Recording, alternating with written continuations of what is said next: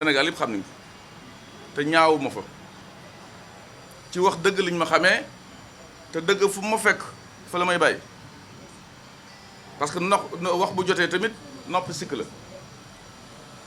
qu'on n'ait pas de problème avec la vérité ci wax dëgg niñ ko wodd rek ba mu rafet mais wax bu jotee moom fa ñu wax ko loolu boobu ñu ko créé ñi nga xam ni amoon nañu idées yi les idées waaxu nañu ba sama kër fekk si ma ne ma il faut que ma bokk ci ndax sama taxawaay ci Sénégal ak taxawaay AG Jotna ci Sénégal ñu jox ñu charte yooyu je pense que le chargé de la vie politique était présent te loolu ku ko dox mooy mon frère Ousmane Sonko sama kër ñu réfléchir donner suñu accord c'est pour que Sénégal jëm ci kanam bu fekkee li ñu fi war a dindi moo gën li ñu war a indi wala li ñu war a indi c'est pire que li ñu fi nekk mais c'est pas la peine c'est pas la peine loolu mooy dëgg te loolu boobu ñu créé loolu mooy structure boobu ñu naan Yewwi Askan Wi yaakaar bu rëy la woon pour tous les Sénégalais yaakaar boobu gis nañu par la suite quelque temps après il y a un groupe de 3 structures ñetti groupe boo xam ne ñetti nit a ko def muy le Taxawu de Khalifa Sall muy le PASTEF de Ousmane Sonko mais le PUR également représenté par monsieur Youm c'est ça c'est pas le président du parti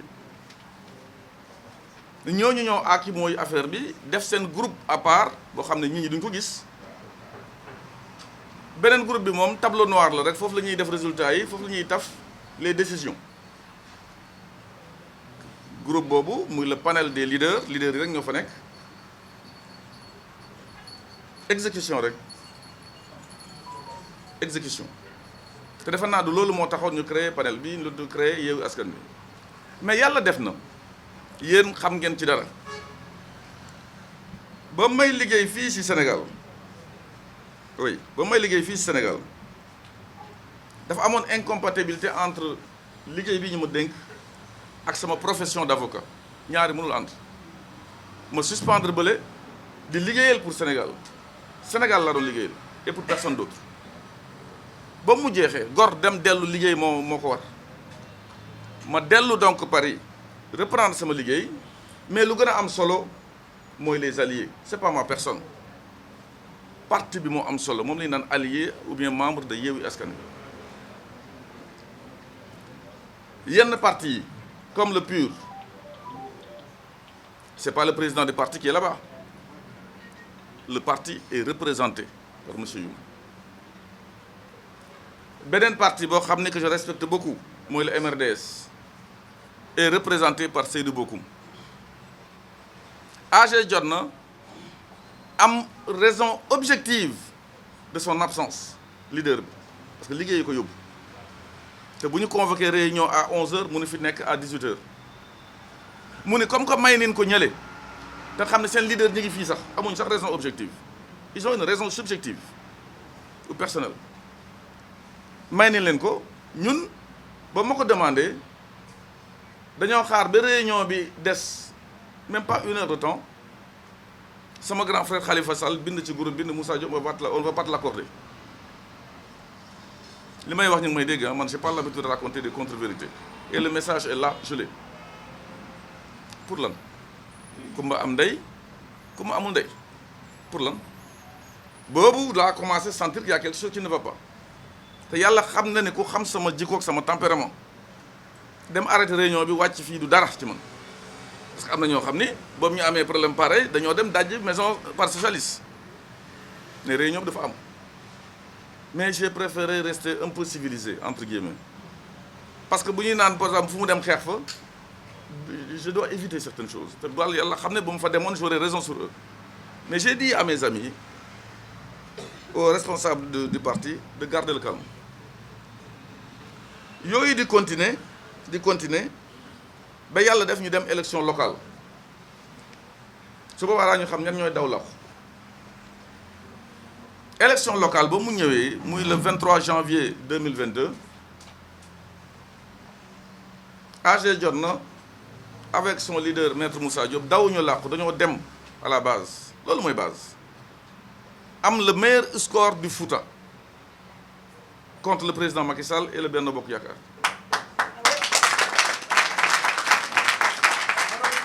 fi nga xam ni il est plus facile de perdre que de gagner c'est un titre foncier mais ñu am fa le meilleur score du Fouta ba nga xam ne mënatuñu wax sax quasiment maa moom lépp da nga naan dama ko bokk diw parce que boo ñëwee fekk toolu jàmbur diviser ko en 4 parties jël ci benn 25% nit ki mënatu wax ne maa ko moom dañ ko bokk c'est ce qui s'est passé aux élections locales élections locales yi nag lu ñëpp bokk c'est ça la ñuy dox en théorie di wax à la sénégalaise lu ñëpp bokk dañu war a def de sorte que ñëpp gis ci seen bopp loolu mooy dëgg loolu mooy dëgg yëgal ngoon fi def nañ fi benn genre collecte de fonds Kopar Express woo si ñëpp Sénégal d'ici et Sénégal d'ailleurs la diaspora ñëpp cotisé mu nekk des millions yu dul jeex ñu jël partage ko entre 4 groupes Ziguinchor Dakar Mbour et Mbacké c'est ça hein? Ana ñeneen ñi ñu ngi may dégg même pas un coup de fil pour ne bon ñi nekk dans la zone la plus dure massa na ngeen def muy naan le soutien moral aucun membre de Yewwi Askan Wi ou même responsable n'a appelé pour massa wu sax pour vous dire d'ailleurs l'histoire de l'argent a fait l'objet d'une plainte de la part d'un allié qui est sorti gisee pour wax ne la ñu ko defee c'est boobaa ils expliqueront mais loolu yëpp waxuñu si parce que sénégalais yi wala ñun waa AG du affaire xaalis moo ñu jógloo donc l'élection de 2022 23 janvier locale AG moo yóbbu see xaalisam def campagne am meilleur score du Fouta je ne parle pas du département de Podor je parle du Fouta te loolu ñu ngi siy sant di si gërëm ñi ñëpp ñi nga xam ni voté nañu pour ñun sans transfert ni don d'argent bu élection yi passé 23 janvier dama jël sama téléphone woo tous les leaders yi ngeen dégg nii yëpp ñi gagné ñëpp woo naa leen ñi gagnéwul encouragé naa leen kenn ci ñoom car en commençant par Ousmane Sonko ñu may dégg en commençant par Barthélémy Diaz même si son chargé de communication woo na ma après na ma gisuloon message ñëpp laa félicité ne que nous n'avons pas eu la chance de passer mais on a fait l'essentiel on a secoué le cocotier bu ñu toogee nag ba ñëw ci élection législative yi mu am ay règles du jeu man loolu laa gëm règles du jeu dañ koy respecté bu ñu ko respecté wul war ko changer dañuy toogaat ñu ne attention lii moo tax lii ñu changer ko mais on ne les change pas lu ñëpp def benn nit mënul jóg changer ko unilatéralement ça n'existe pas commission départementale d'investiture moo waroon investir à la base yóbbu ko commission nationale d'investiture amul ñu bàyyi ko dañ ko commencé ñu arrêté ko tout de suite parce que ça n'arrangeait pas certains parce qu'ils avaient un calendrier et un agenda politique caché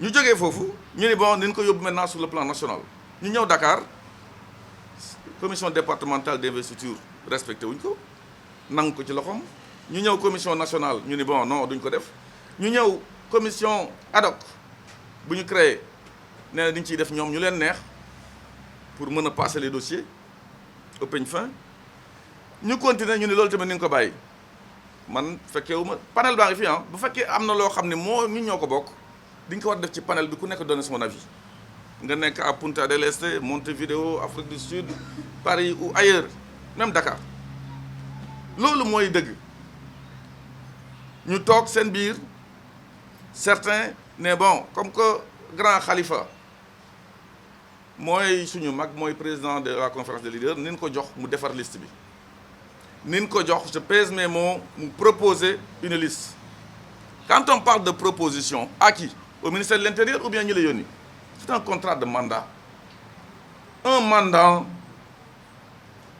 dañ ko war a rendre compte par le mandataire mais defar na liste kenn fekkeewul rendrewul compte lu mu def ñun ñëpp le 8 jour boobu ñuy déposer les trucs au niveau de la DGE la ñu gis daal gars yi def seen groupe yore seen ay dossiers dugg di déposer kenn xamul yaa ngi ci biir wala nekkoo ci biir vous trouvez que c'est normal vous trouvez que c'est de la rupture sachant que bu ñuy woote rupture dañu ne woon les critères da moo tax ma ne le règlement du jeu waxuñu ko gën a ëpp doole waxuñu ko ëpp xaalis waxuñu ko gën a rafet ku dàq solu waxuñu loolu de dañu ne rupture dañoo bëgg benn assemblée de rupture donc les hommes et des femmes qu'il faut à la place qu'il faut ce qu'il fallait mooy le profil des gens profil doo xam ne bu ñu demee foofu daañu indi yokkute ci lii nga xam ni am na fi ay trafic de passeport ak d'argent ci ak yeneen yoo xam ne bëgguma dugg ci bi dafa naa bu mujj bi dégg ngeen on voulait donc un autre type de député un autre type de député doo ñëw taxaw ci télé bi naan yéen cotisé wu leen du ngeen bokk yéen a ko dégg Ousmane Sonko l'a dit dans une conférence de presse ñi nga xam ni ay wagon la ñu ay daw làqu lu ñu daw làqu du dem engagé wu ci local du dem engagé wu ci local bu fekkee daw làqu la pourquoi ñii nga xam ne ñi ngi ci liste nationale bi tey je reviendrai dessus comme sama tata Aïda Mbodj demul local se retrouve sur la liste nationale loolu mooy daw làqu mon petit frère Déthié Fall que je respecte beaucoup demul pourquoi ñu ngi ci biir national bi nga jëlati ñan Habib Sy demul mu ngi ci national bi bu ñu naan daw fële làqu fii kay xam nga ñu war a wax ñan la je reviens kooku beneen cas la mais c'est le cas dans le cas bu fekkee rek dañu ne da nga war dem base gars yi dem nañu ñun dañ ñoo war a féliciter d'avoir eu ce score là honorable ku demul li ñuy naan daw làqu dem retrouver wu ci liste nationale bi AG Jotna Moussa Diop bokkuñu si c'est vraiment daw làqu fekkee tamit critère bi mooy wala moo doon je mets au conditionnel ku perte sa localité binduñu ko fenn kenn dul def ci national bi Diomaye Faye lu mu fay def il a été battu à Ndiaganiao Youm de Pur a été battu à Mbour qu'est-ce qu'ils font là-bas loolu moo tax man la lu nit ñi yëpp d'accord c'est ça qui doit être retenu et respecté ceci étant dit ak li nga xam ne yëpp war naa leen ko ci local yi ci investiture yi man au-delà de ma personne dépassé naa histoire de député waxuma xeeb naa ko de parce que je travaille pour le Sénégal bu ñu nee fu ñuy def rupture dama fay dem même si c'est gratuit j'étais dans un poste boo xam ni à 5 millions de francs CFA net waxuma les avantages autour lu tax ma jóge fa xam ngeen ko bu fekkoon rek je faisais des sénégaliseries rey leen ko am na lu mu wax rey leen ko am na lu mu def waaye rey leen ko am na lu muy imaginer ku mën a dugg sama maayin bi xam lu ci nekk juddago du ci téléphone laa koy waxee du fen laa koy waxee ne teg donc je ne suis pas assoiffé par le pouvoir Sénégal moo ma ñor donc bu fekkee ni tamit demee na noonu les gens aujourd'hui lu ñu waxoon yëpp respecté wuñ ko du un salaire de 1,3 million moo may yëngal j'ai un métier maa ngi sant yàlla bu baax ci loolu waaye vous avez vu je pense que Barthélémy Diaz avait l'habitude de parler de copains et de coquins la liste là est une liste de coquins et de copains Khalifa Sall moo defar liste bi Aminata Mbaye 4e place taxaw kooku moo gën a taxaw Moussa Diop pour changer assemblée nationale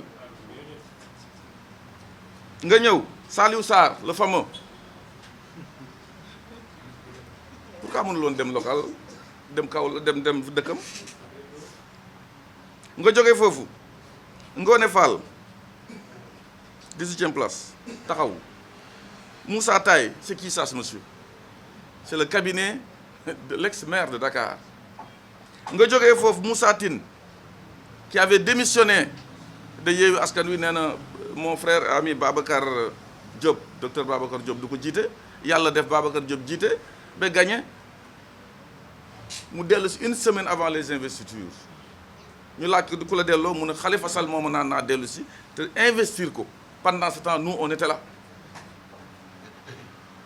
nga ñëw Birakan Ndiaye taxaw 23e place nga ñëw 26e Lucas Diaw maa ngi nuyu maire Lucas Diaw bu Louga représentant de Khalifa Sall à Louga que j'ai eu au téléphone il y a 2 jours accidentellement mu ne maa fa koy représenté maa nekk fa place boobu c'est bien nga ñëw Jokel Gadiaga de Kaolack qui avait également démissionné comme Moussa Tine qui se met sur la liste nationale mais de qui se moque-t-on lorsqu'on prend Kaolack je n'ai rien contre les Kaolackois sama baay faa la ngi nii il est Kaolackois de qui se moque-t-on lorsqu'on prend Kaolack Moussa Taye de Kaolack Jokel Gadiaga est de Kaolack ñu jël jaar def leen liste nationale bi alors que tout le Fouta département de Podor n'a personne ni départemental ni national il y a problème je pense qu'ils devront expliquer ça aux Foutanké peut-être bokkuñu Sénégal moo tax je ne vous parle pas de Ndiémé Sarr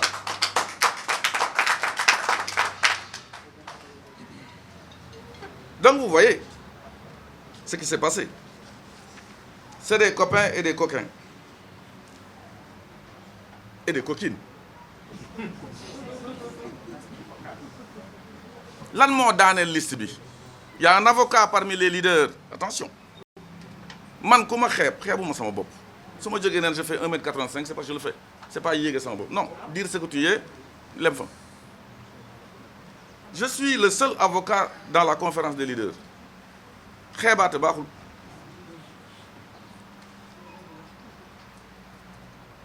ba ma yéegee local yi problème am ci coalition bi maa ngi Paris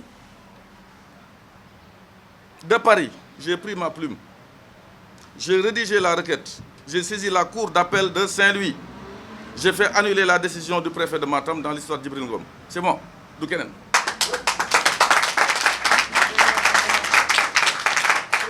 le ministre de l'Intérieur ou bien de chargé des élections fait appel devant la fait un recours devant la Cour suprême la Cour suprême me confirme fii de ay kii na ñoo fi toog on a déposé 80 candidatures ci élection yi yëpp poubelle xam nga les gens pensaient que maa ngi ci liste bi mais position lay xeexuma loolu comment peut-on aller chercher une étudiante qui est mineure au sens loi sur la députation bàyyi fi des gens qui ont 20 ans d'expérience en droit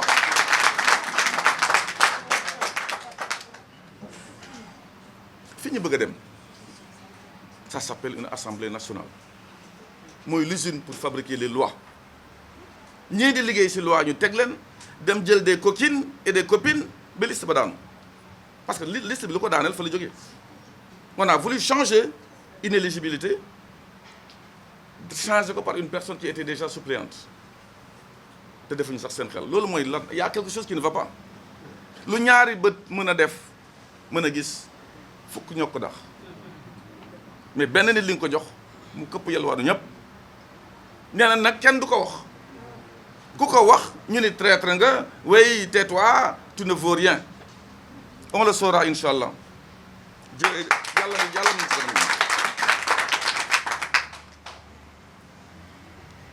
ñooñu ko def parce que moi je ne peux pas concevoir que Khalifa Sall ñu jox ko liste yi mu war a rendre compte ñuy defar liste yi Ousmane Sonko nee na yëguma ko xaw ma lu nekk ci biir dégg ngeen ko je vais vous justifier je ne sais pas je vais vous dire j'ai l'habitude de prouver ce que je dis je vais vous justifier qu'il était au courant Dans sa conférence de presse, qu'est-ce qu'il dit de Diaz? Eh oui, je ne te consulte pas, tu n'es pas leader. Dindi lii defal lii de, il est au courant. Donc il était la confection mi ngi woon fu ñu doon toggee Penda Mbaye ba koo xam ni yaa def de sorte que mu jéggal Diaz, vous êtes au courant. koo xam ne yaa dox sa tànk ñëw ba ci këram ne ko ñëwal bokk ci parce que tu es quelqu'un boo xam ne on a besoin fu ñu koy rendee indi woo paaka peut-être ñàdduloo mais tu as laissé faire, tu es complice. loolu yëpp lu ko indi mooy les agendas cachés parce que en restant dans Yewwi Askan Wi ou bien ñu bokk toogandoo ensemble les agendas font que certains pensent qu'ils sont déjà présidents de la République et que nit dañ leen gêner parce que moo leen dàq profil bu fekkee jàng donc il fallait l'éliminer dès le départ.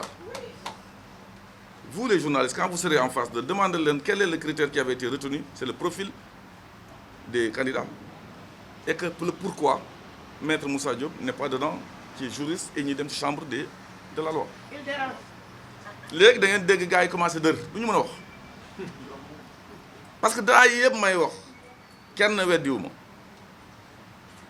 kenn sax a essayé un peu mon frère et ami Ngouda Mboup mais lu mu leen wax ba ma waxee ci décision conseil constitutionnel bi yëpp dafa ne un corps dafa war a am tête dafa war a am loxo dafa war a am lii dafa war a am lële nous ne sommes pas dans la physionomie ak yooyu nous sommes en droit bu fekkee ni liste yi surtout la liste de Dakar a été validée sur la base d'un vide juridique mooy loo xam ne prévoir uñu ko ci loi bi électorale mais interdire uñu ko ce qui n'est pas interdit dans un pays de droit est permis ñu may leen loolu ñëpp tàcc yooyu def conférence de presse le même jour ñu demati sur la liste nationale mu am un vide juridique également et la jurisprudence les juges certes sont là pour appliquer la loi mais sont là aussi pour combler les lacunes de la loi ni ñu ko combler à Dakar ba ñëpp kontaan noonu lañ ko combler avec la liste nationale dressée par des cuune je pèse mes mots. Conseil constitutionnel nee na la liste nationale après l'arrêté du ministre rejetant la liste nationale des maintenant la liste des suppléants ñu ni loolu mënul am sama ami et frère Ngouda nee na way loolu mënul am bind nag ne la loi ne prévoit pas la loi ne prévoit pas entrez dans sa page la loi ne prévoit pas quand la loi ne prévoit pas est-ce que il interdit elle interdit non ce qui est interdit est permis et la jurisprudence depuis 2014 est là à travers les décisions de Fanden de mai 2014 cour d'appel de juin 2014 cour suprême reconnaissant la séparabilité des listes mais également d'une décision du 18 août 2014 après les élections donnant les 7 sièges à And Defar Thiès les suppléants ñoo demoon football yi am 7 fii dégg ngeen samay gars yi nee na ñoom ñoo def ay erreur gis nga gor ci wax ja dégg ngeen sama gars yi ñu ni ñu doon nëbbatu di def liste yi dans ces conditions là dégg nga leen ñu naan on a fauté par un tweet boo xam ne defe naa ne si doo daan li nga ko bindee moo tax y avait des virgules par là ou bien yeeg yooyu nekkul à leur place faute d'inattention. En droit, quand vous fautez, vous commettez une erreur, vous saisissez un juge, il vous rétribue judiciairement l'erreur. Def nga erreur mu wax lu droit bi wax saisir nga conseil constitutionnel nga ni j'attaque la commission des parrainages pour pouvoir annuler la liste Benno sur l'histoire du parrainage nga saisir la commission des parrainages au lieu de saisir le ministre chargé des élections le droit est simple dur la loi mais c'est comme ça le conseil constitutionnel dit à Yewwi vous êtes irrecevable jooyu ñu ci de xam nañ lañ def mais loolu bu tege woon ci bëtu Moussa Diop du ko gis mais xeebaate baaxul moo tax la justice des hommes est venue régler le problème la justice divine aussi est venue lu mu wax dafa ne Moussa Kalamulaay bu bokkul kenn du bokk la liste par terre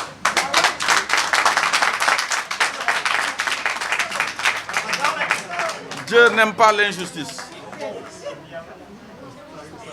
Dieu n'aime pas l'injustice. Loolu moo am mais balaa may dugg ci loolu damay def deux éléments benn bi mooy lu indi lii yëpp cette animosité contre Moussa Diop defuma fi dara lu bon ñaawuma ci liñ ma dénkoon dërëm manqué wu ci j'ai pas été viré pour malversation j'ai géré 90 milliards en 6 ans dërëm manqué wu ci.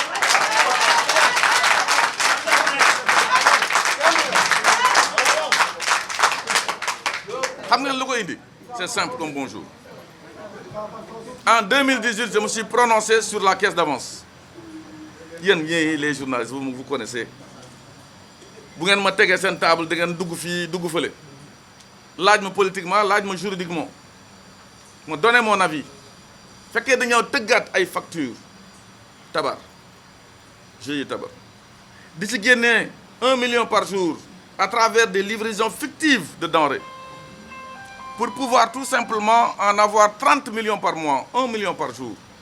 Le tribunal, la cour d'appel et la haute juridiction ont décidé. C'est de l'escroquerie. Gis nga sa baaraam boo ko joxee ñenn sa loxo la ñuy jël ah oui xam nga fi may waxee sëñ bi da ngay moytu nee naa na sur la place de l'Obélisque que j'ai rempli avec AG tout seul sans seul.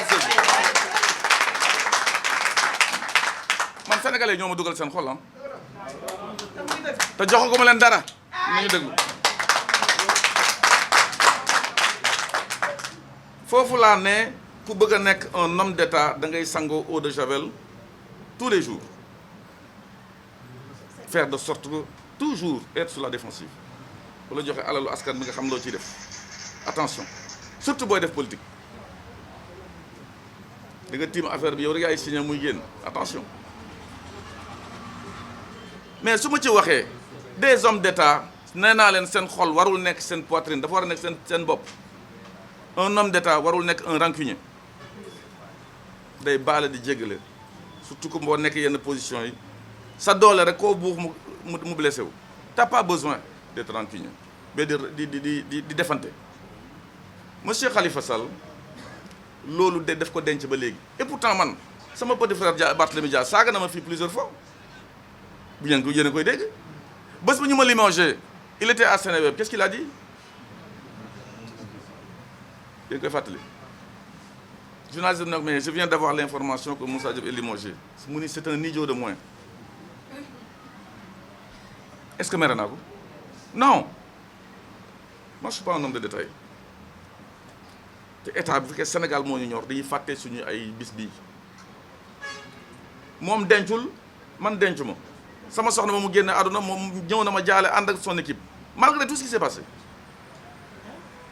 c'est ça les hommes d'État mais Khalifa Sall boobu ñu ko joxee dossier yi mu ni ah c'est lui ça n'entre pas dans mon bureau il n'aura rien c'est ce qui s'est passé bu ñu nekkee ci groupe aussi dañuy waxante dëgg quand quelqu'un se lève pour dire damay candidater par force mon petit frère Ousmane Sonko ne ko waaye demal waaye waxal defal de Paris ba ma xoolee affaire bi laa ne attention man je suis dans Yewwi Askan Wi mais dëgg moo ma rey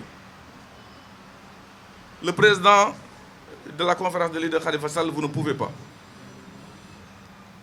parce qu'il y a quelque chose qui se passe boo xam ne qui a eu lieu pour dindali si il faut que nous soyons majoritaires à l'Assemblée nationale pour pouvoir vous faire voter une loi d'amnistie yow ak keneen ku nekk dans les conditions ñu signé ko dans un papier on l'a signé dans un document muy naan la charte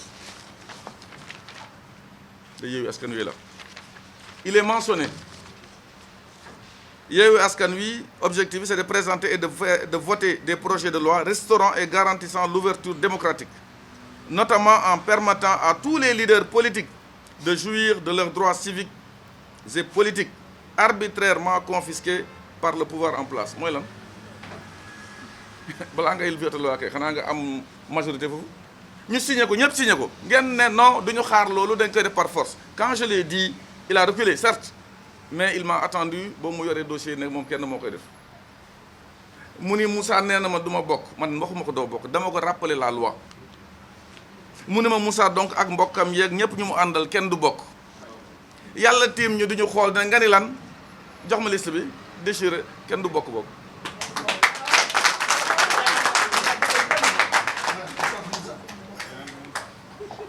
loolu yëpp moo indi cette pagaille juridique là beaucoup de respect pour mon frère ami Déthié Fall mais c'est pas un juriste am na yoo xam ni ñu bàyyi xeebante bi ko et cette pagaille juridique là a été reconnue par ñu ko def bu ñu ko reconnaître nag juge bi ne leen nii laay appliquer la loi sans partisanerie parce que le juge ne fait qu'appliquer la loi bu vider ñu def ko interprétation combler la loi ñu toog tamit lu ñuy naan en droit l'aveu l'aveu mooy la grand-mère waxuma la mère la grand-mère des preuves ñun ñoo ko def on est dans l'erreur mais aveu bi dafa ànd ak leneen loxo président Macky Sall nekku ci dégg ngeen ko ñun ñoo def suñuy bêtises mais pourquoi on ne vous appelle pas le droit man je suis avocat je perds pas mal de procès yoo xam ne xalaatoon naa ne man damay gagner bu ma toppoon sama tempérament xuloo juge bi foofu devant mu ne on n'apprécie pas me dire faites appel maître je fais appel on inverse on infirme mais nga nit maa tooñ waaye dinaa gagner par force et dinaa dem par force alors que la jurisprudence elle est établie depuis Fandène ana le roi de Fandène il est là c'est notre responsable de Fandène xam na lu fa xew cour suprême jeex na ci ñu appliqué ko ñu ni ma non et pourtant quand ça les arrange ñu ni ñu tàccu tout ceci pour dire que il faut qu'on soit sérieux loolu nag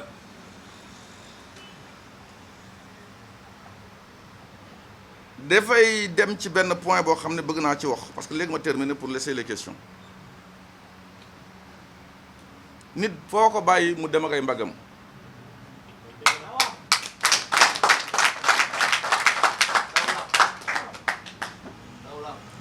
nous avons l'expérience du pouvoir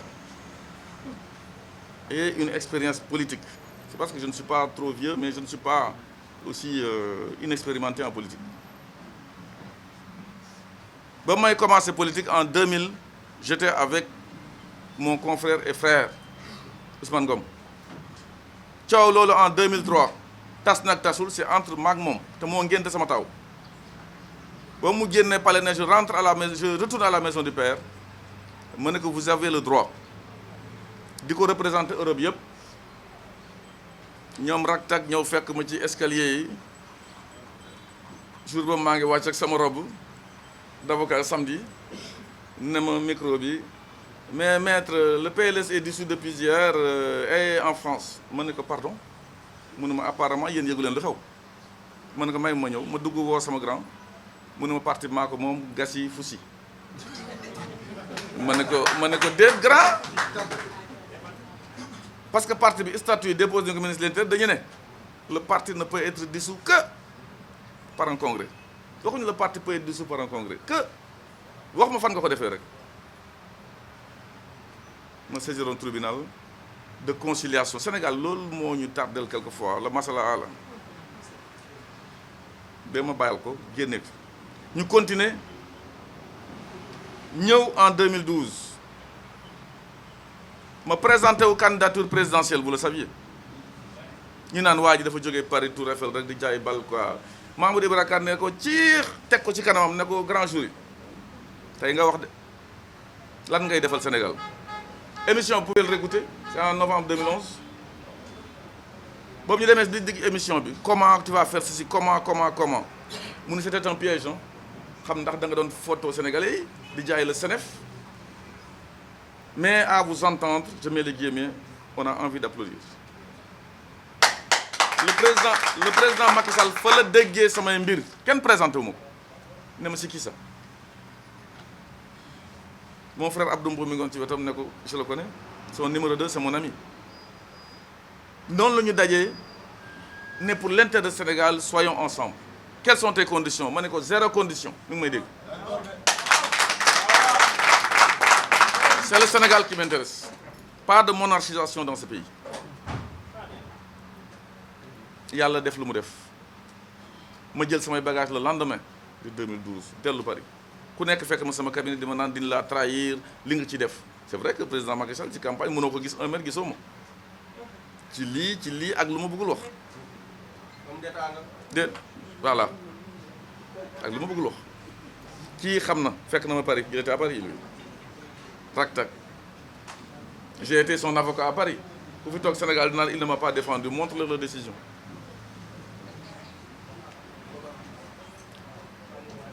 Vous voyez ñu jógee foofu donc ànd ak le président Macky Sall ba mu yàlla def ko mu toog laajuma dara damaa jël samay bagages dem reprendre sama liggéey ba 2014 c'est lui qui est venu à Paris ma cherché ñu ngi may dégg dugal ma ci avion am indi ma ne ma loo bëgg ma jox la kooku kenn du ko wax sax ministre. soo gisee bruit bi coow li j'entends plus on a perdu quelqu'un que bon débarras di sant yàlla donc ci liggéey boobu def ñu def pour tous les Sénégalais loolu bu amee mu jeex dans des conditions que vous savez ñu ñëwati ci groupe bi ñu escroquer la escroquerie politique la. J'ai été le délégué régional de toute la zone de Saint-Louis mooy région de Saint-Louis pour les parrainages xaaruma ñu may di woo ñi di leen naan tegal ma pare li fiche yi ci cette place wala ci horaire nga indil ma ko comme certains dama dugg ci jógee Paris le lendemain jël sama yëf dem dugg Matam jaare pour Podor département Dagana département Saint-Louis département indi lépp teg ci loxo Déthié Fall.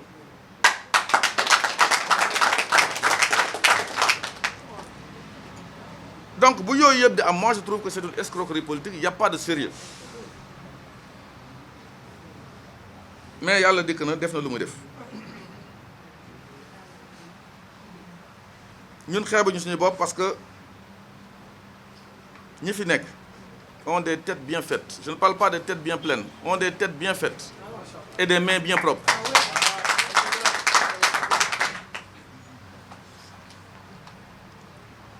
demee na nii donc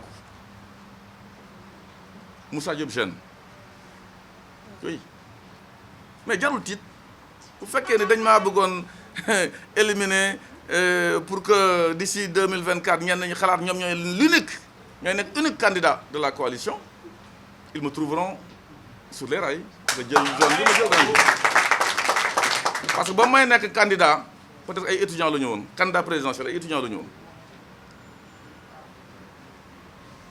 Man qui me juge par mon âge se trompera ñàkk ma fayda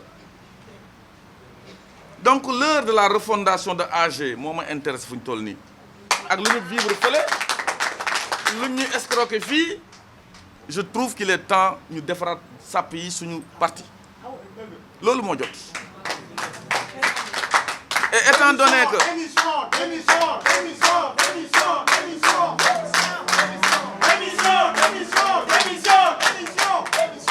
étant donné que faale wuñ ñu yemul foofu dañuy xeex troisièmement dañ ñoo ragal qualitativement parce que moi je ne suis pas concentré à la politique ba ma ñëwee Sénégal les 6 ans que j'ai fait à Dem Dikk j'ai pas fait de la politique je faisais de la gestion bu fekkee politique rek on verra bu ma suspendre samay activités yi fa la ñëw fii taw ci terrain bi on verra.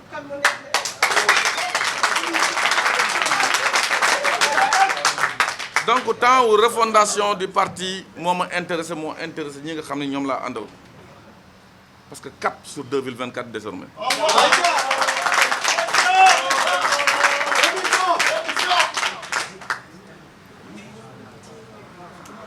gis nga foofu laay terminer góor dëgg day am fit xam fu mu jëm bañ a ragal yàlla rek moo fi nekk.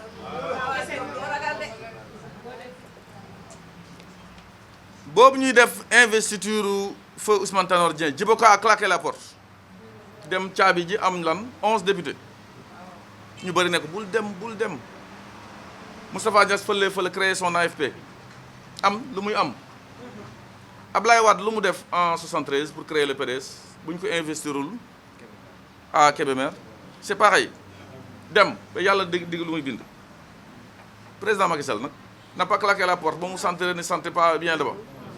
C'est ce que je fais aujourd'hui. À partir d'aujourd'hui,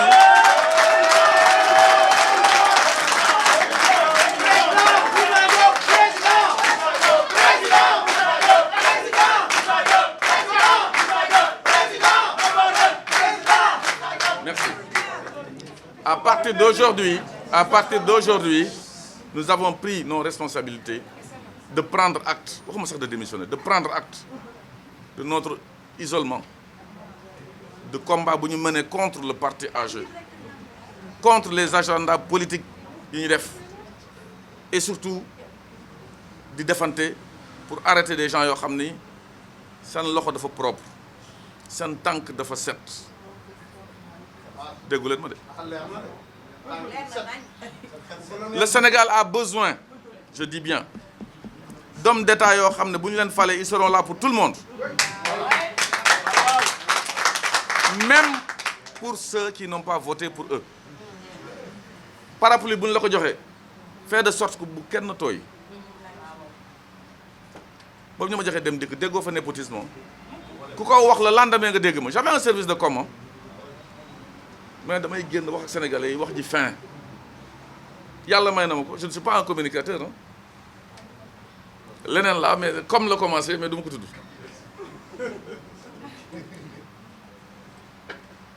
Donc on a pris nos responsabilités. Je lance un message à mes anciens frères et sœurs de Yewwi Askan Wi sans rancune maa ngi leen di ñaanal ci li ñu nekk yàlla may leen ci ndam. maa ngi leen di ñaanal ci li ñu nekk yàlla may leen ci ndam. demee na ni vous voyez que le mépris continue. boo defee say njombe la moindre des politesses politiques c'est de réunir encore la famille di leen naan ñu tëju fay leen téléphone yi ñu waxtaan. Au moment où je vous parle aujourd'hui 11 juin aucune réunion depuis le 8 parce que la fameuse réunion boobu ñu convoqué là mu am 7 membres yu fa ñëw sur 37 c'est brouillon de parole parce que diñ leen nen may leen ko def leen ko le lendemain parce que Moussa Diop mi ngi ñëw. Groupe bi di tàkk ñu ne duñ ko xaar kooku duñu def face à face avec lui tant que je suis à Dakar il ne convoque pas de réunion ça fait 1 an mais li ñuy ragal face à face ak Moussa Diop xam nañ li ñu def dama ne tant que je suis à Dakar il ne convoque pas de réunion donc yàlla def na li muy def jox na son verdict maa ngi leen di gërëm di leen sant ci lii yëpp ñu def mais yàlla ñëpp la fi nekkal à partir d'aujourd'hui AG jot na ànd gor yi ne fait plus partie de Yewwi Askan Wi.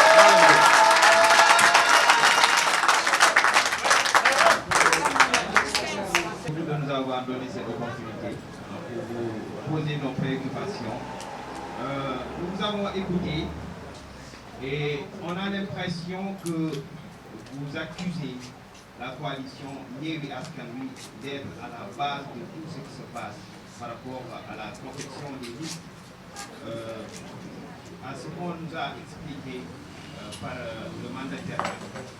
Les partis et coalitions de partis ont été représentés sur la liste. Vous avez parlé, vous avez été ignoré. Pourquoi vous n'avez pas, donc, au moment de la confection des listes, pris vos responsabilités et exigé à ce que qu'on vous prenne en compte en quelque sorte. Pourquoi attendre jusqu'à ce que la liste soit rejetée pour animer cette conférence de presse? C'est la première préoccupation. La seconde, c'est juste pour comprendre, essayer de savoir si vous avez pris part à la manifestation du 8 juin en tant que membre de Yewwi Askan Wi.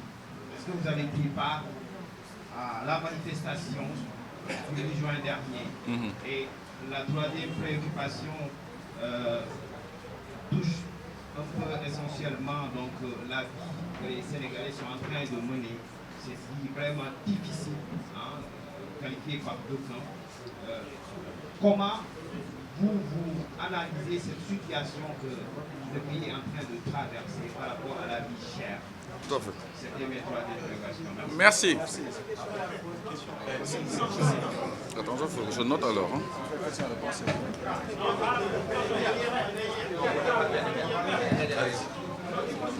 Je n'ai pas noté, je voudrais vraiment mémoriser le temps de répondre avec précision.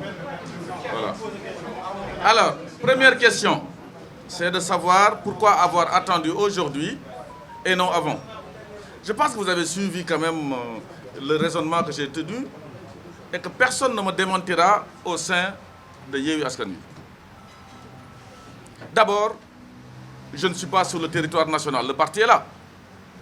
Pourquoi ils n'ont pas accepté que mon parti soit représenté? Pour savoir tout ce qui se passe dedans. Faire des positions. Deuxième chose, le panel là, c'est un lieu de discussion. Jamais ils n'ont posé de questions là-bas qui intéressent ce que vous êtes en train de dire. Quand il s'est agi, par exemple, de trouver un nom à l'association des maires élus de l'opposition, ce jour-là, ils ont passé toute la journée à dire comment on va l'appeler dans le panel. Ça, c'est vrai. Ils ont fini par mettre réel, réseau des élus locaux, je pense, du Sénégal. Mais la question des investitures a été décidée de façon non transparente, en catimini et confiée à une seule personne. Et cette personne avait de quoi reprocher à Moussa Diop. Vous le savez, je l'ai expliqué.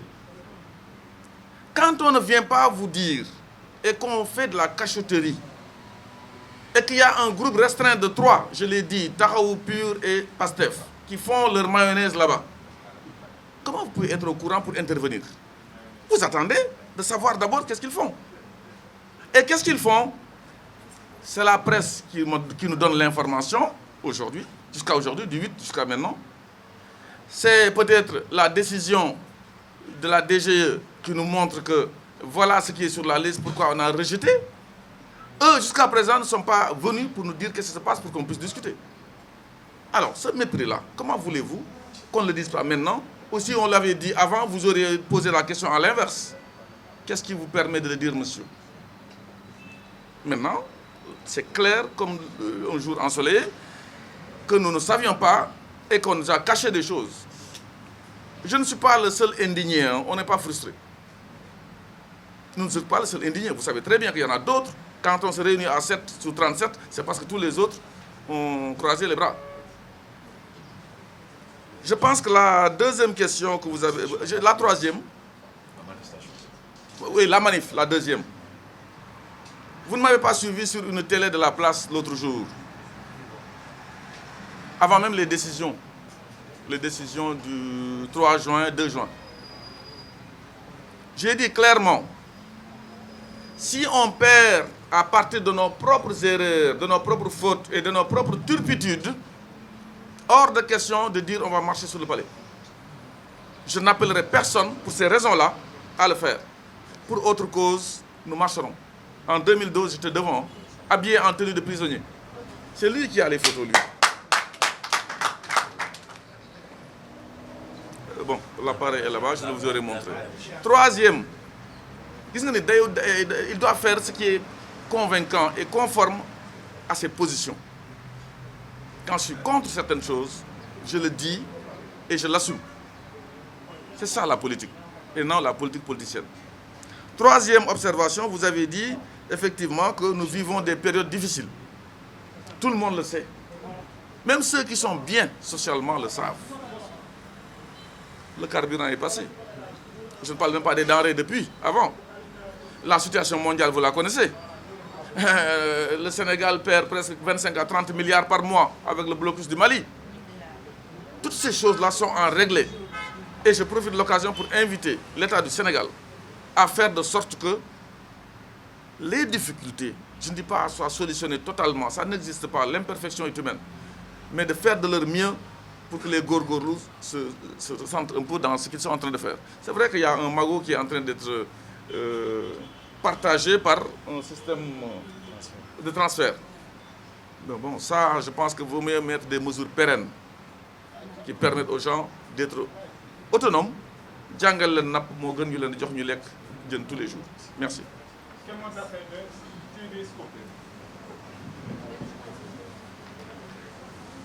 Voilà, je vous remercie. C'est ici. Ah oui, oui. C'est parce que c'est l'autre qui voulait prendre le micro. Voilà, je vous remercie vraiment. Je vous encourage vraiment sur le volet que vous êtes toujours la vérité, vraiment.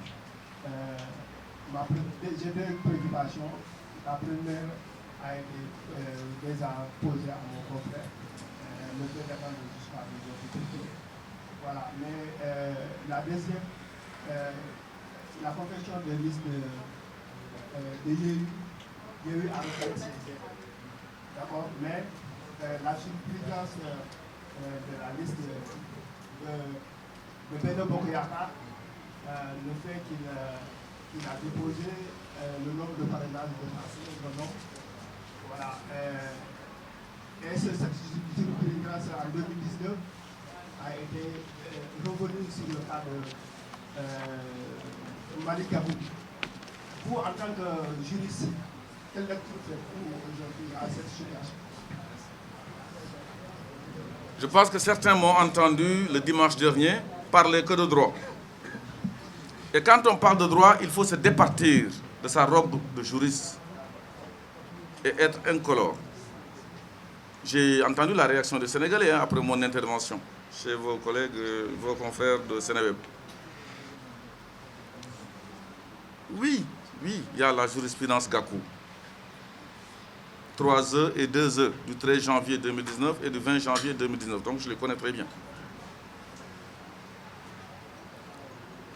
Et Yewwi Askan Wi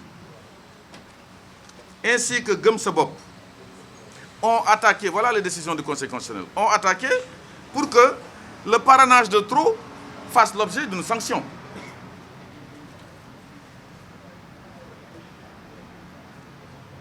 La demande, la requête de Yewwi Askan Wi pour que la liste de Yewwi Askan Wi, la liste de Benno Bokk Yakaar soit annulée. C'est la décision 1E 2022. Sur l'application de l'article LO 184 du Code électoral. Seuls, je mets les guillemets, seuls les actes du ministre chargé des élections pris en application des articles tel du Code électoral peuvent être contestés par les mandataires. Seules les décisions du ministre. Qu'est-ce que Yewwi Askan Wi a fait? Ils ont attaqué la commission de parrainage au lieu d'attaquer la décision du ministre. En droit, tout juge aurait dit irrecevable. Voilà ce qui fait qu'on n'a pas arrivé à la jurisprudence Gakou, parce que le deuxième moyen, c'était ça. Le juge a vu que c'est irrecevable, on rejette la requête. La jurisprudence Gakou n'a même pas fait l'objet d'une étude. En droit, quand une requête ou une décision, ou je dis bien, une saisine est irrecevable, on ne va pas sur le fond. C'est pourquoi on dit en droit que la forme gouverne le fond. C'est une mal-saisine. Excusez-moi, c'est du tunéisme. Il y a un avocat là-bas, il a fait requête, il a attaqué la commission. Non, ce n'est pas possible, attention. Donc si aujourd'hui la liste Benno Bokk Yakaar s'est échappée, c'est la faute de ceux qui ont saisi et mal saisi. Benen décision, c'est Gëm Sa Bopp. 15E 2022. Seuls ceux qui sont concernés par l'arrêté peuvent attaquer. Gëm Sa Bopp a été sorti de la route depuis le mois de mai, 17 mai, les premières décisions. La décision de la DGE, Boubesbi, le 30 mai, concerne certains. Seuls ces mandataires-là peuvent attaquer. Quand Gëm Sa Bopp a attaqué, le Conseil constitutionnel a dit leurs mandataires n'ont pas qualité pour saisir le Conseil constitutionnel en contestation d'un quelconque acte relatif aux élections législatives 31. Il s'ensuit que le recours est irrecevable. Ce recours aussi, c'était contre pour avoir une décision sur la jurisprudence Gakou. Qui a fait échapper Benno? Les mandataires. Qui attaque mal? Les mandataires. Assume. Voilà pourquoi Benno est encore dans la liste, en lice. Et que c'est des décisions, les gens n'en parlent pas. Mais je profite de l'occasion, monsieur Camara. La jurisprudence Fanden, là, dont je parlais, a fait l'objet d'une application, a été très bien expliquée depuis 2014 à Mingifi. Appliqué Ninko. Pourquoi attendre? Pourquoi attendre donc 2022 pour dire d'une que fait appliquer? C'est un problème. Mais deuxième chose, le manque de générosité politique dont nous avons fait l'objet ainsi que d'autres, qui fait de nous des indignés, pas des frustrés. Ce manque de générosité est en train de continuer. Demgen obélisque, vous avez entendu là-bas les suppléants là, c'est une chance là, entre guillemets, yalla ko def, ñu gungé len. Dañu né ñu ngi leen di wax sax ni démissionner pour ñu def ci ñeneen. Si c'est pas une question de personne comme nous ñu naan moy Moussa Diop bu ko def affaire de personne. Pourquoi ñom duñu né merci aux titulaires yalla ko def yéenay dem mais ñu ngi leen di naan démissionner pour qu'on fasse remplacer par des pontes de leur parti. Parce que musuñu yaakaar ni ñooñu dañ dem. Elle est où la générosité? Et pourtant, ces suppléants-là, ils joueront la Coupe du Monde de 31 juillet 2022. J'exhorte et je salue vraiment mon frère Omar Sy. Yalla moko def. Ce sera la tête de liste de Yewwi Askan Wi. Bu la kenn nax nga démissionner pour jox ko keneen. Lolu moy faalé wuñu len. Restez là-bas, na gaay dem campagne jappalé len ngeen jall si c'est pas une question de personne.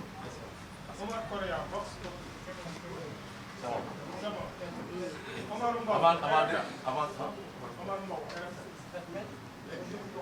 La tenue des élections pour d'autres, il n'y aura pas d'élection. Quelle est votre position par rapport à ça? Est-ce que tout à l'heure vous avez dit que les leaders disent qu'il faut que les suppléants démissionnent pour les remplacer? Vous pensez que c'est normal déjà? Moi, au vu du droit pur, on ne peut pas perdre à Dakar, se faire rétribuer, récompenser par la suite par une décision du Conseil constitutionnel et l'accepter sur la base d'un vide juridique.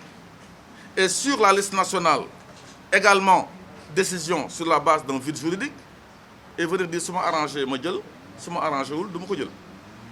Ça c'est une chose. Donc les élections doivent se tenir ici, c'est uniquement pour ces raisons-là. Un pays, droit, mokolal, si on laisse les gens faire n'importe quoi par rapport à leurs intérêts, il n'y a plus de république. Je vais vous donner un exemple en 2012. Là, nous avons fait. Pas d'élection tant que Wade est candidat. Opération Place de l'Obélisque. Werndomb. Fekke ma ci bolé. Lacrymogène. Vous êtes là. Mais lolu dans la république. République là. Bo xamni da fay jema tek yefi ci yoon. Dans le président Macky Sall, moi je faisais partie du cercle restreint. Nous étions 6 ce jour-là. On ne peut pas continuer comme ça. Je sais le battre dans les urnes. Il faut qu'on... Parce que si je nous faire la même chose. Allons-y aux élections. Je sais le battre. J'ai été son directeur de campagne en 2007. C'est notre coalition Macky 2012 qui a sauvé la démocratie en 2012. Les traîtres de M23. Vous étiez là? Malgré les 15, hélas, des morts. Ce jour-là, Bob Conseil constitutionnel de rendre sa décision. C'est moi qui faisais le discours avec la tenue de prisonnier, photographié par monsieur sur la place de l'Obélisque. Nous tassons l'affaire. Nous avons le président Macky Sall, Abdoul Aziz Mbaye. Nous avons Tingom Linko def, dougal ko fofu, ben dal la fa duggé. Tellement que c'était dangereux. Donc, nous nous basons sur ce qui nous arrange ou ce qui ne nous arrange pas, de qui. La loi, c'est la loi. Elle est dure, mais elle est la loi. Quand une liste est comme ça, les conséquences pour un juge doivent être appliquées. Ce qu'on développe, je pense que les gens auraient dit que c'est des juges. C'est vrai que les magistrats sont nommés tous par le président de la République. C'est vrai. 5 directement, les 2 sur une liste de 4 proposés par le président de l'Assemblée nationale. C'est vrai. À la fin, in fine, c'est la plume du président. C'est la loi, c'est le droit positif. S'il faut le changer, il faut nous le dire. Le mois cap sur 2024 pour proposer autre chose au Sénégal. Inch'Allah. Oui, les suppléants. Mais les suppléants, la jurisprudence est constante sur ça. Elle est établie. Pourquoi les suppléants ne peuvent pas faire le match? Même le Conseil constitutionnel, dans une des décisions, a dit l'absence de photos, question d'identification. Dès l'instant qu'on peut identifier les gens avec les listes, leur nom et machin, c'est possible. Donc on va annuler les listes ou l'élection pour une histoire de photos. Vous êtes d'accord, vous? Logique pour logique, waxuma politique. Aujourd'hui, Yalla Defna, le suppléant numéro 1, M. Omar Sy, moi dirige la liste, comme nous l'avons fait en Defar Thiès. Il y a Khayte Moulane, nous avons baillé mu continuer liggéeyam diko sonal démissionner pour ñun. Gis nga là le danger juridiquement là la wax nak légui. Qu'ils n'ont qu'à essayer de le faire démissionner et qu'ils l'acceptent. Xam nga ce qui va se passer juridiquement? On est hors délai. La liste tombe. On ne remplace que dans un délai. Dans une des décisions du Conseil constitutionnel, on a donné raison à la liste Dakar parce que Déthié Fall s'est présenté dans les délais et l'a attesté par PV d'huissier, prouvant qu'elle était là dans les délais. Comme vous étiez là, on n'aurait pas dû vous empêcher de déposer et de changer. Hors délai, c'est terminé. C'est pourquoi j'ai entendu un des juristes de Paris, que vous connaissez très bien, qui fait des contributions, qui te respecte beaucoup. J'échange avec lui quelquefois. Il s'appelle Seybane Sougou. Il faut qu'on applique la jurisprudence à l'élo. Sur ma page Facebook, vous pouvez voir. J'ai dit que ce n'est pas applicable. La décision la jurisprudence à l'élo, c'est une question de recevabilité à la date du dépôt. La liste Wade comportait le nom de Alelo, la liste de l'histoire socialiste comportait le nom d'Alelo. Mais, comme que Wade a déposé, sa liste est complète. Comme que les socialistes ont déposé, le nom existait là, donc ils ont corrigé le. Mais dans les délais. Ils l'ont corrigé. Dans les délais. Hors délai, pas de correction. Vous voyez que nous sommes le 31 juillet, nous sommes le 31 juillet. Il faut une liste de serre, mais ce n'est pas possible en droit. C'est clair comme de l'eau de roche en droit. Merci. Formation politique, mais également par les personnes qui me connaissent. Parce que vous savez, moi, mon téléphone est open. Hein? J'ai le même numéro quand j'étais DG que maintenant. Comment vous me dites? C'est vrai que nous faisons la politique autrement. La phrase là ne date pas d'aujourd'hui. La formation politique a été créée le 4 février 2009. Parce que nous faisons la politique autrement, que vous avez vu comment nous fonctionnons. Ou bien, moi, les positions que je prends. Un politicien ne le fera pas.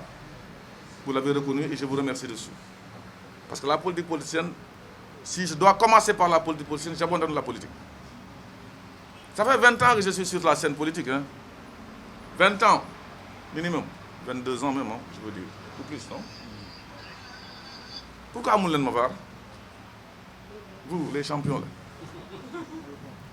Constance, exigence et logique. Qu'est-ce que vous voyez en public? Nous avons enregistré qui restera pour la postérité. Vous faites que c'est un politicien pur et dur. Vous savez que c'est conforme je parle naturellement. Je ne logique directe. Logique. Et cette logique me sauve jusqu'à présent d'être dans des compromissions. AG Jonna mène une politique de rupture. Et cette politique de rupture-là, doit être changée. C'est parce que si nous avons une rupture, et qu'on se fait escroquer, nous avons beaucoup de rupture. Vous savez, Hitler est venu au pouvoir démocratiquement. Nous avons critiqué. Quand tu le touches, hop, ça part dans tous les sens. Vous avez vu ce que je suis en train de dire. C'est lolo. Des fois, par les réseaux sociaux. Vous savez, vous avez été victime, vous tous, de certaines choses. parce que dem rek ana waa TFM. Et moi j'ai dit ce que j'ai à dire. Pour revenir légèrement en arrière, c'est pas aujourd'hui que je dis. Aujourd'hui je dis qu'on quitte, mais c'est ma position sur les investitures de Taï. J'ai pas attendu aujourd'hui. Tout le monde le sait. Ça, c'est la première observation. Nous faisons de la rupture et nous, Inch'Allah, nous programmerons des choses très claires, comme le programme que nous avions en 2012. Je pense que Mahmoud Ibra Kane ne me connaît pas. Il a voulu me poser un piège, il a vu que qui xamna lu mu yox. La deuxième question, c'était... Oui. Est-ce que Manourana a tremblé ou petit? Qu'est-ce que j'ai... Non, je serai en... Il y aura quelqu'un, il y aura un autre, peut-être que ça va être dur. J'aime pas la facilité.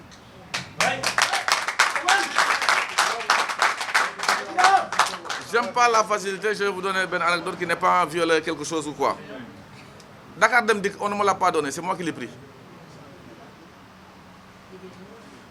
Le président de la République m'a dit carrément, attention, c'est des matadors qui sont là-bas, Maniko, Djokma. Pendant 6 ans, waxuma la grève, préavis de grève, et pourtant je ne suis pas facile. Hein. Le défi, il faut aller là où ça fait mal pour soigner, mais Tokfi, le DG ou le ministre ou le ceci ou cela avec facilité. Pour Askan. Man, je suis là pour le peuple, travailler pour le Sénégal. Et l'île Madjok, tous les jours, je me suis tué ici au travail. Ça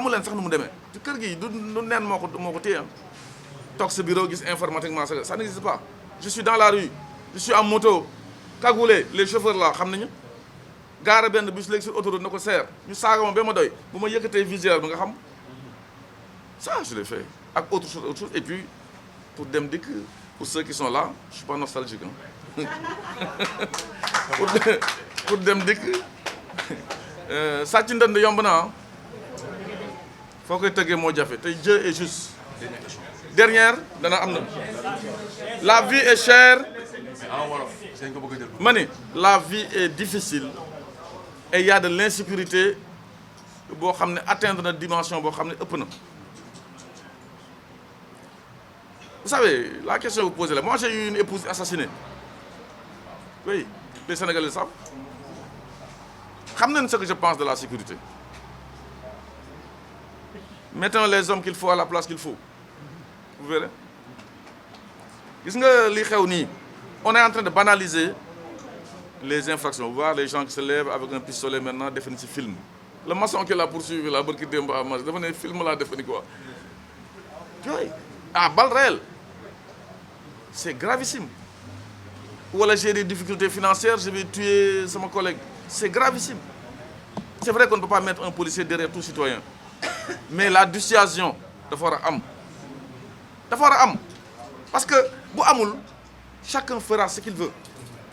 Et là, ça appelle ce qu'on appelle, aussi bien sur le plan économique, moi, les prix, que sur le plan sécuritaire, ce qu'on appelle dans le programme que vous entendrez un jour, la restauration de l'autorité de l'État. D'or, tu défends le bok. D'or, tu défends le bok.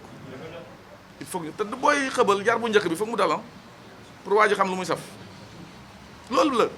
mais on ne peut pas avoir un pays où tous les grands malfrats et délinquants sont à côté de la mer, à côté de la brise. Servent à quoi les grâces? Il faut une véritable politique criminelle et nous encore sur les repris de justice et leur insertion sociale. Dès que il y a des infrastructures de dernier cri. De dernier cri. Vous savez ma position dessus. Hein? Mais de dernier cri. Là, dès que fan c'est des déficients mentaux de les isoler, de les dench pour leur propre sécurité. Mais demain, vous les verrez sous un tunnel, un pays se tient, il y a une norme. Je pense que c'est ce que j'avais dire sur votre question. On a assez de